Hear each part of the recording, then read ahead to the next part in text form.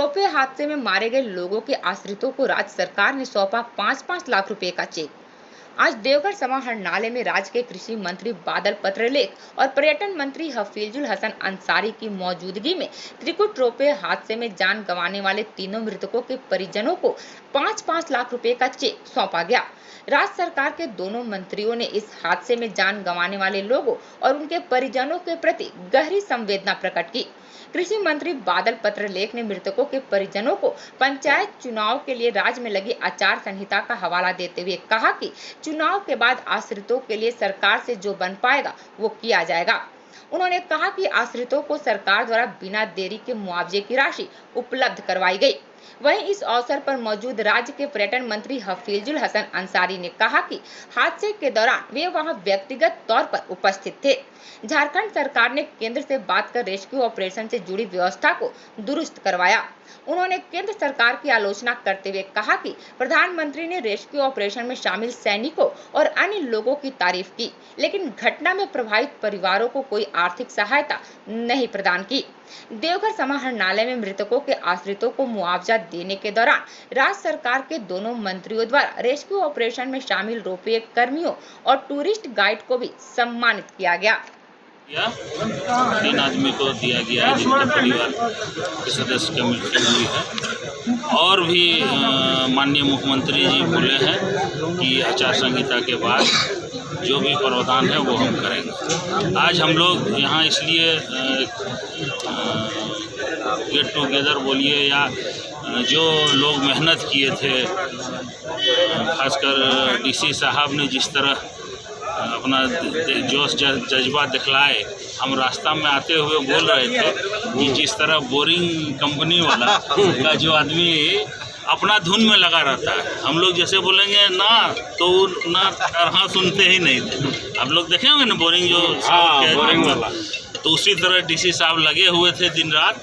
तो इनका भी बहुत बड़ा सहयोग है और सब लोग बहुत वहाँ के ग्रामीण, वहाँ के जनता ने भी ये मैंने बढ़ चढ़ के हिस्सा लिए और हम लोग तो उसको बहुत इजी समझ रहे थे, लेकिन जितना टफ ये वर्क था, जिस जगह से निकाला गया वो एयरफोर्स वाले ने, जो अब पता चलता है कि ये बहुत बड़ा काम उन लोगों ने किया। माननीय मंत्री की संवेदना और हम सबका सहयोग इस परिवार के साथ है और इस तरह की घटना में जिस तरह यहाँ के जिला प्रशासन उपायुक्त, हमारे मंत्री जगन्नाथ बाबू और पर्दे के पीछे रात के 1-1:30 बजे तक हमारे माननीय मुख्यमंत्री, चीफ सेक्रेटरी, मुख्य सचिव, सब लोगों ने जो अपर लेवल पे कोऑर्डिनेशन किया और रेस्क्यू अभियान में जो तत्परता दिखाई, उसके लिए बाबा बैद्यनाथ और यहाँ के लोग सब लोग आभारी हैं।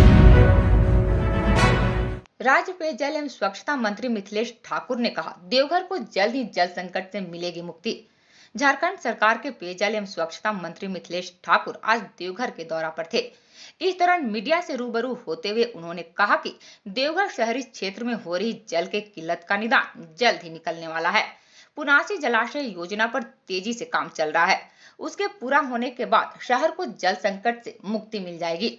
उन्होंने कहा कि वर्तमान में शहरी विकास मंत्रालय की योजना के अंतर्गत शहर में पानी की सप्लाई की जा रही है। जल संकट की स्थिति में नगर निगम द्वारा टैंकर से भी पानी पहुंचाने का काम किया जा रहा है।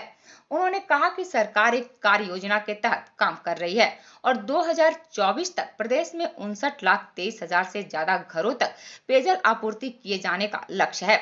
उन्होंने बीजेपी की पिछली सरकार को आड़े हाथों लेते हुए कहा कि उसके शासन काल में सिर्फ 4 लाख घरों तक ही पेयजल पहुंचाया गया था। वहीं कोरोना काल की विषम परिस्थितियों के बावजूद भी गठबंधन की सरकार ने 13 लाख से ज्यादा घरों में पेयजल पहुंचाया है। तो मानने में मैं कहीं से भी मुझे कोई हिचक नहीं है। देवघर शहरी जलापूर्ति योजना अभी तो जहाँ तक मेरी जानकारी में है, क्योंकि हमारे जिम्मे है नहीं, वो तो नगर विकास विभाग की ओर से जुटकों के माध्यम से अभी नई जो योजना है वो जुटकों के माध्यम से उसका निर्माण कराया जा रहा है और पुरानी योजना से शहर के लोगों को पानी पीने का शुद्ध पेयजल उपलब्ध हो रहा है मेरी जानकारी के अनुसार, क्योंकि वो भी नगर विकास विभाग में एक दिन पानी चलता है, लोगों के सब खरीदने पे मजबूर है। ये बात देवघर के मामले में ये बात सही है कि आप लोग जो कह रहे हैं कि देवघर में किल्लत है शहरी क्षेत्र में, और शहरी क्षेत्र नगर विकास विभाग के अधीन है, हमारी सरकार का ही अंग है नगर विकास विभाग भी। लेकिन अब बहुत जल्द जो हमारी नई योजना धरातल पर बहुत तेज़ी से जिसका काम हो रहा है, वो जब शुरू हो जाएगी, जिससे पुनासी डैम से लोगों को शुद्ध पेयजल उपलब्ध होगा, उसके बाद किसी तरह की कोई परेशानी नहीं होगी। खलिहान में पुआल की ढेर में लगी आग को दमकल गाड़ियों ने बुझाया। देवघर जिले के रिखिया थाना क्षेत्र के विश्वासनी गांव में खलिहान में रखे पुआल में अचानक आग लग गई। हालांकि इस घटना में किसी तरह के जान माल का नुकसान नहीं हुआ। सूचना पाकर मौके पर पहुंची अग्निशमन विभाग की गाड़ियों ने आग पर समय रहते काबू पा लिया। आशंका जताई जा रही है कि शरारती तत्वों द्वारा आग जानबूझकर लगाई गई थी। हालांकि घटना के कारण का पता लगाने के लिए जांच जारी है। हेमलाल मौके कैसे आग लग गया आपका? आग किस ढंग से लग गया हमें पता नहीं है। कब लगा था? हमें 3:30 बजे रात जान दी। पुआल कितना था लगभग? पुआल 3000। 3000 पुआल लगभग यार मोटा मोटा आटी, इतना मोटा मोटा। झारखंड सरकार के मंत्री ने पंचायत चुनाव में जीत का किया दावा।